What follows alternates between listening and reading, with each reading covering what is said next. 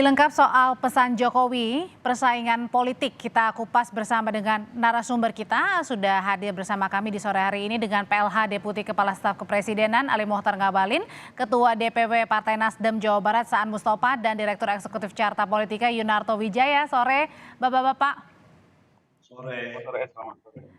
Saya ke Pak Ngabalin dulu. Pak Ngabalin, jadi pernyataan Pak Presiden ini merupakan warning untuk Menteri jajaran Kabinet Indonesia Maju yang mau maju Pilpres maupun Pileg? Ya, yang pertama kan tidak saja sebagai kepala pemerintahan, tapi juga sebagai kepala negara kan, menyampaikan pesan seperti itu kepada para anggota kabinet beliau yang ikut kontestasi dalam baik Pileg maupun Pilpres. Saya kira bukan hal yang baru dan ini menjadi hal yang biasa. Demikian juga rule of operational networknya, operational activity-nya, semua kan sudah ada. Jadi hal yang biasa, tetapi bagi seorang kepala pemerintahan, sebagai seorang presiden, tentu saja menjadi penting ketika beliau harus menyampaikan ini kepada para pembantu beliau. Kenapa, memang apakah sudah ada yang mengganggu atau terganggu terlihat persaingannya? Ya, pesannya kan biasa saja kan, memberikan informasi terkait dengan kesibukan ataupun kegiatan internal di departemen, kementerian, lembaga. Itu kan juga bukan hal yang baru didesain, kan sudah ada tupoksinya, sudah ada SOP-nya juga. Jadi diharapkan dari kegiatan-kegiatan di luar daripada kementerian itu tetap berjalan dengan baik, ada delegation of authority dengan baik, sehingga tidak mengganggu pelayanan pada publik. Oke, berarti ini imbauan ya. Kalau gitu sekarang saya ke Kang Saan dulu. Bang Ngabalin, Kang Saan, kan tadi disebutkan sama ada ditekankan oleh Pak Presiden, ini adalah soal perbedaan politik. Kalau gitu Partai Nasdem sebenarnya tersindir nggak? Ya, sebenarnya kan enggak. Ini kan untuk semua ya. Ada dua hal lah yang pertama, yang bisa mengganggu kinerja dan efektivitas pemerintahan. Yang pertama adalah para pembantu presiden itu yang maju di pemilu legislatif. Yang kedua, para pembantu presiden itu yang meniatkan diri itu maju di kontestasi pemilihan presiden, wakil presiden. Dari dulu kami selalu menyampaikan, bagi mereka yang memang berkeinginan atau bercita-cita untuk menjadi calon presiden atau calon wakil presiden, memang sebaiknya itu mengundurkan diri. Karena untuk menjadi seorang calon presiden maupun wakil presiden itu membutuhkan fokus, konsentrasi, perhatian yang begitu besar. Dan itu diakui atau tidak oleh Bang Ngabalin atau siapapun, pasti akan mengganggu jalannya dan kinerja dari pemerintahan. Itu udah pasti. Jadi itu akan terganggu. Jadi bukan hanya persaingan, ada dan nggak ada persaingan, mereka maju, 60% waktunya pasti dihabiskan untuk mengkampanyekan dirinya. Beda dengan Pileg kan cuma satu dapil saja. Jadi nggak terlalu mengganggu konsentrasi. Dan berarti menurut Nasdem sendiri ini sudah mulai terasa juga gitu ya? Bisa mengganggu. Itu satu. Yang kedua, mereka yang maju di Pilpres, baik sebagai calon presiden maupun sebagai calon wakil presiden, itu juga punya potensi untuk menyalahgunakan kekuasaan. Jadi ada pemanfaatan kekuasaan yang digunakan untuk dirinya, apakah itu mengkampanyekan dan sebagainya. Maka fasilitas-fasilitas negara sesuai dengan kementeriannya, mau atau nggak mau, itu akan digunakan. Jadi akan dimanfaatkan. Nah, potensi ada pemanfaatan kekuasaan ya. Diantisipasi. Oke, kalau gitu sekarang saya ke Mas Toto. Mas Toto, apa sih yang dilihatnya dari pernyataan Presiden tadi pagi? Pernyataan Presiden memang bisa dilihat dari dua kacamata ya. Kalau kita lihat sisi positifnya adalah dari rangkaian statement-statement Presiden berbicara misalnya sebagai seorang yang akan pensiun, tapi seakan-akan beliau tidak ingin lepas tangan saja. Beliau ada penekanan misalnya terkait dengan Indonesia berapa puluh tahun ke depan, golden time 13 tahun misalnya yang tidak boleh dilewatkan. Lalu bagaimana memaknai tentang continuity. Artinya memang dalam kacamata ini beliau bisa dilihat sebagai seseorang yang melampaui seorang politisi. Saya nggak mau menggunakan istilah negarawan lah. Itu bahasa yang jangan terlalu mudah kita lekatkan kepada seseorang, tetapi memang beliau berbicara legacy ke depan, bukan hanya berhenti bekerja sebagai seorang presiden. Beliau berpikir mengenai negara pasca beliau. Dari situ positif. Tapi dari sisi kacamata lain, saya juga mengerti kritik dari teman-teman bukan hanya Partai Nasdem misalnya seperti Kang Saan tadi yang mengindikasikan seharusnya dengan statement ini Presiden bisa melakukan sesuatu yang lebih konkret. Kalau ingin berbicara perbedaan politik, tidak boleh kemudian mengorbankan program pemerintah. Betul bahwa seharusnya Presiden bisa melakukan sesuatu, misalnya mendorong menteri-menteri yang maju sebagai capres untuk mundur, atau menteri-menteri yang misalnya menjadi anggota legislatif untuk mundur. Kalau betul dikatakan bahwa tantangan pemerintah selama ini atau belakangan ini semakin berat, itu yang Oke. Oke, baik kalau gitu kita akan perbaiki gangguan sambungan di Mas Toto, tapi saya sekarang ke Pak Ngabalin dulu. Pak Ngabalin, jadi betul ya yang dirasakan apa yang dinyatakan oleh Mas Yunarto tadi itu juga yang dirasakan keresahan oleh Pak Presiden, karena sekarang ini kan sudah mulai kelihatan terbentuk ya untuk 3 poros yang mendukung Pak Ganjar, Pak Prabowo dan juga Pak Anies. Iya nggak, kalau bicara mengenai fokus Presiden atau Menteri harusnya bisa fokus sebagai anggota kabinet, harusnya teman-teman Nasdem juga misalnya pada saat sekjennya atau ketua DPP-nya menjadi menteri, harusnya mengambil sikap fokus saja kepada menjadi anggota kabinet. Jangan kemudian merangkap jabatan, karena itu akan masuk juga dalam kritik bisa memiliki dualitas loyalitas dan tidak fokus pada pekerjaannya. Itu hal-hal yang saya pikir harus kita lihat secara komprehensif, bukan dalam konteks persaingan politik. Oke, kalau dari Pak Ngabalin sendiri yang terkait dengan menteri-menteri yang rangkap jabatan, terus kemudian juga sudah ada mulai terlihat nyapres, kemudian ada 3 poros juga, itukah keresahan juga yang dilihat dari Pak Jokowi? Jangan kita overconfident ya melihat perkara-perkara politik dan perkara-perkara yang sedang kita bahas ini. Kan semua yang kita bicarakan ini terkait dengan masalah regulasi, gimana aturannya, kemudian bagaimana mekanisme yang mengatur. Saking begitu hebatnya Republik kita ini, kita punya badan independen yang namanya Bawaslu, Badan Pengawas Pemilihan Umum. Kemudian regulasi juga memberikan arahan dan mengatur agar setiap orang yang memiliki kompetensi, punya kewenangan, kalau dia ikut serta dalam campaign dan lain-lain sebagainya, ada diaturkan dalam regulasi. Dia bisa cuti di luar tanggung pemerintah, dia bisa sejenak dan seterusnya, macam-macam semuanya. Artinya apa? Tidak ada orang yang bisa bersembunyi di balik melakukan perlawanan, pelanggaran terhadap aturan atau spekulasi terhadap pelaksanaan pemilu akan datang, baik itu yang ada di kementerian, lembaga maupun siapa saja, termasuk anggota-anggota parlemen, anggota kabinet saya maksudkan. Berarti artinya boleh mengajukan cuti pada saat nanti ya sudah pendaftaran ya? Semuanya ada aturannya, ada aturannya. Itu semua ada aturannya, even Bapak Presiden sekalipun. Ya, nanti pada waktunya juga tetap ada aturan yang mengatur bagaimana kepala pemerintahan atau kepala negara Bapak Presiden itu dalam berkampanye dan lain-lain sebagainya. Semua orang ini punya hak untuk memilih dan semua orang punya hak untuk dipilih, tentu saja dengan kriteria.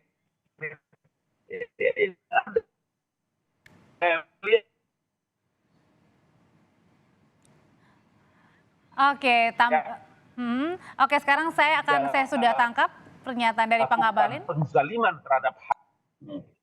Oke, baik Pak Ngabalin, izin suaranya agak terputus-putus, tapi saya sekarang ke Kang Saan dulu dari Partai Nasdem. Kalau gitu Kang Saan sebenarnya kalau menurut Kang Saan dan Partai Nasdem perlu nggak sih cuti dari jauh-jauh hari sebelum pendaftaran begitu agar tidak mengganggu kinerja pemerintah? Ya kalau tadi disampaikan oleh Bang Ngabalin ya, nanti ada aturannya, ada Bawaslu, itu kan normatif sekali kan.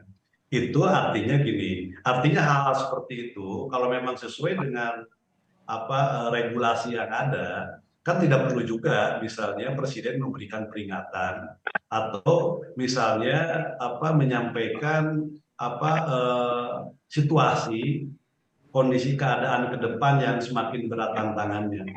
Justru karena presiden menyampaikan tantangan ke depan semakin berat dan presiden juga meminta agar para pembantunya yang ikut kontestasi tidak hanya bersaing di dalam kontestasi yang mengakibatkan nanti terganggunya efektivitas dan kinerja pemerintahan karena para pembantunya fokus, maka menurut saya presiden itu kan bisa bertindak lebih dari itu, lebih dari aturan yang ada hari ini. Misalnya Meminta menteri-menterinya yang maju di kontestasi dengan kadar yang berbeda, misalnya, ya untuk mundurkan diri sejak awal, karena memang prosesnya itu kan tidak hanya ketika terbentuk sebagai pasangan presiden maupun wakil presiden, misalnya didaftarkan di bulan Oktober, tapi kan jauh-jauh hari mereka semua sudah mulai mengkampanyekan dirinya. termasuk dengan caleg-caleg juga dari menteri begitu, karena kan ada juga nama Pak Syahrul Limpo yang mendaftar. Ya, iya kan, tapi gini, tadi Mas Toto sampaikan, ini juga kan ada sikap yang toleran terhadap presiden. Di periode pertama presiden kan tegas bahwa menteri tidak boleh rangkap jabatan dengan pimpinan parpol. Tapi di periode kedua Pak Jokowi kan relatif toleran, maka ketua umum parpol bisa menjadi menteri. Maka banyak sekali ketua-ketua umum parpol yang menjadi menteri.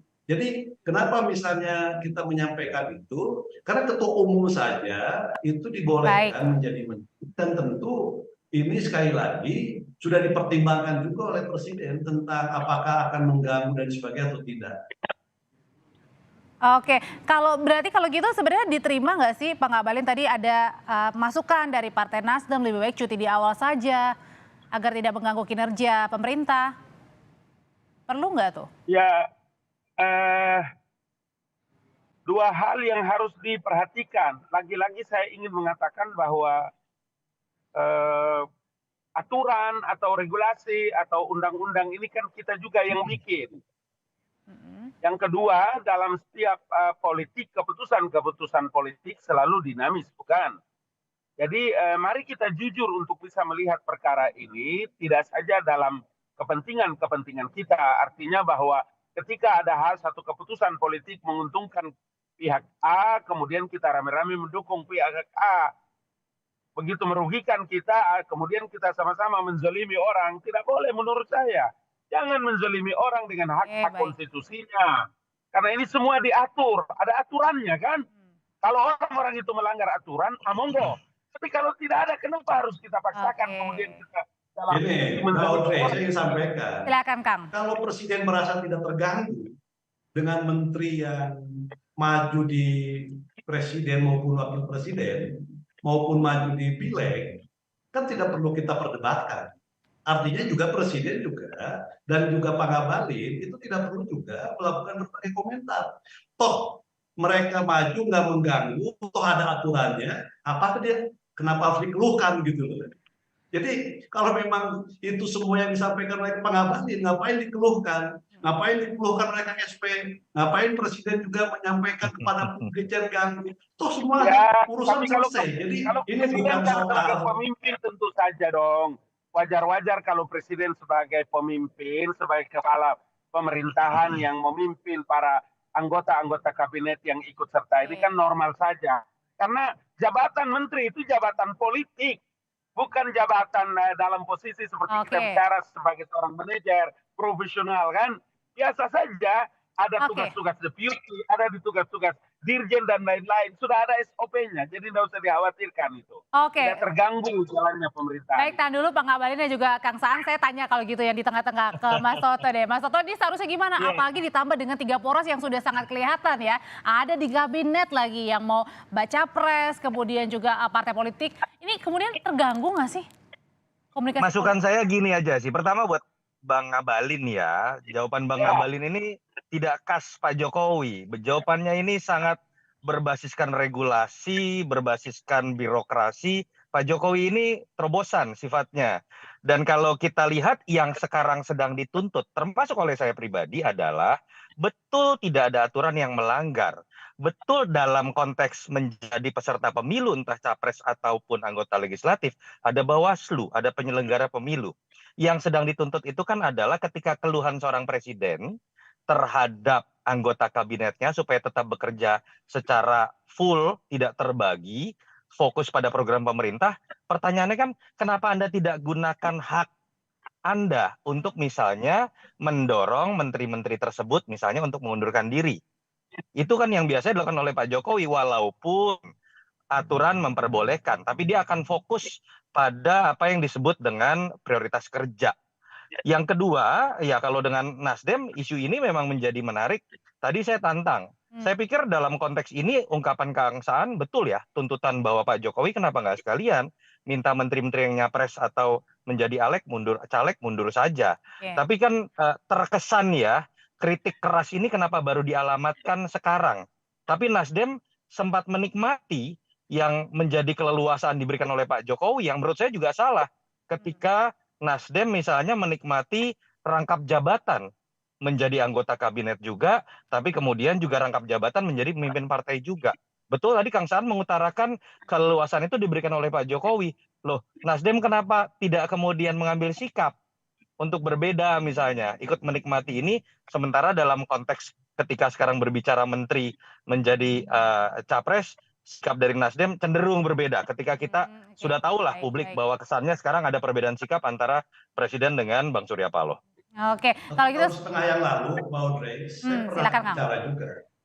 Setahun setengah yang lalu ya, ketika saya di DPR, saya juga diminta tanggapan terkait dengan awal-awal ada beberapa menteri yang berkeinginan maju capres. Bahkan ketika pemilu itu belum ada kepastian akan dilakukan apakah tanggal 14 Februari atau Mei, ketika isu menteri mau nyapres sudah sampaikan di dalam setiap kesempatan bahwa mereka yang berkeinginan walaupun belum ditetapkan sebagai pasangan calon presiden supaya pemerintahan ini berjalan dengan efektif dan juga tidak mengganggu kinerja dan tidak mengganggu program-program dan kebijakan Pak Jokowi di akhir masa keduanya ini. Karena Pak Jokowi ingin meninggal karena mewariskan sesuatu yang sangat berarti, yang dikenang, maka saya katakan mereka yang berkeinginan itu sebaiknya mengundurkan diri. Atau bahkan presiden bisa juga mereka yang berkeinginan ya diminta atau kalau dan itu udah disampaikan karena itu satu tahun setengah lalu Mas Toto sudah saya sampaikan dalam setiap kesempatan ketika misalnya ada keinginan Pak Erick maju, ada keinginan Pak atau mungkin jangan-jangan Partai Dasna mungkin bisa mau memberikan contoh terlebih dahulu misalnya untuk mundur misalnya dari internal kader yang ada di jajaran kabinet. Ya pertama gini lah, kalau soal itu sekali lagi saya katakan terkait dengan soal itu semua, karena kita adalah bagian dari barisan koalisi juga dan sama-sama ingin menyukseskan. Jadi kalau misalnya nanti Nasdem melakukan sesuatu yang di luar apa yang diinginkan oleh presiden, juga nanti dalam posisi yang bisa ditafsirkan lain juga, bisa diinterpretasikan dan dipersepsikan lain juga.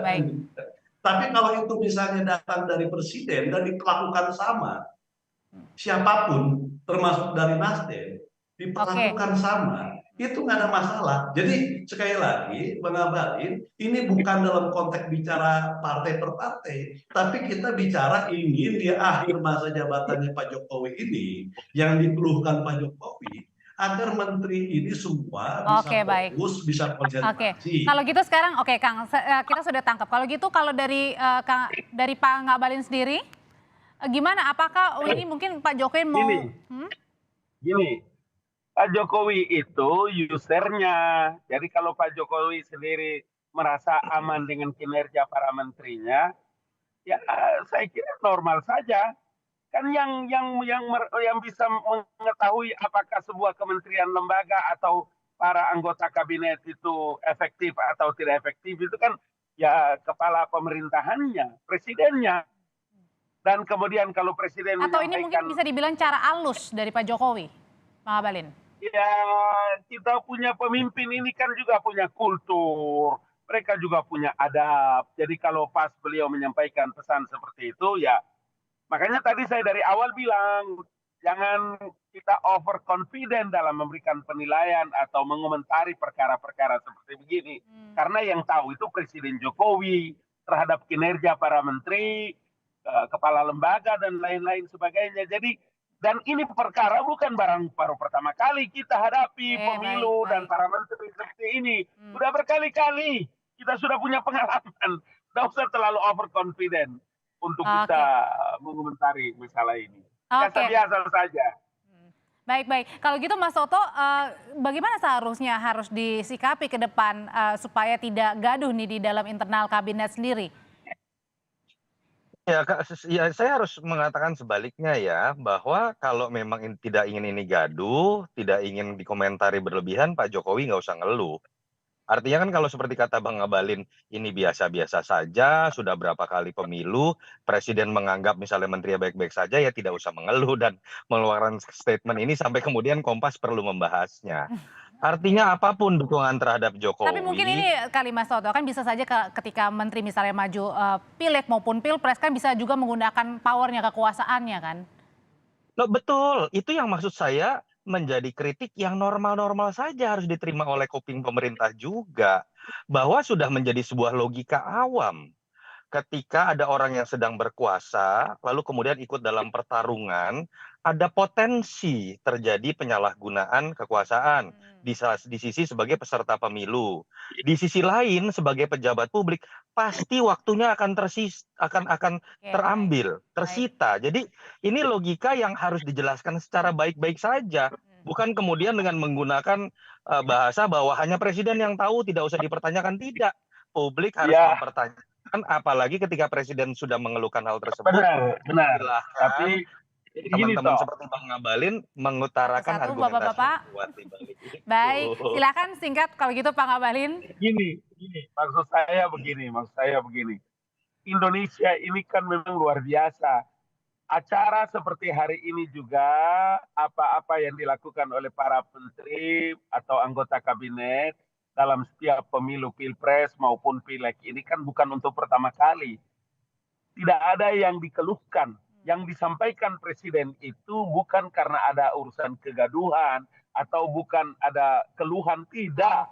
Namanya sebagai pemimpin, sebagai kepala pemerintahan. Mengingat gitu ya maksudnya ya. Pasti mengingatkan kepada anggota kabinet, regulasinya tidak melarang saudara-saudara, saya pun tidak melarang, tapi tetap jaga konsisten pada kinerja kementerian lembaga. Salahkah dengan pernyataan itu, Bapak? Tidak. Normal-normal saja. Jadi kalau saya tangkap, Bang Ngabalin ngomong Kompas ngapain sih bikin tema seperti ini? Karena menarik kan tadi kan salah satunya bisa saja menggunakan kekuasaan kalau misalnya tidak dilakukan dengan baik. Terima kasih Bang Ngabalin, Mas Toto, Kang Saan, sehat selalu. Terima kasih Bang Ngabalin.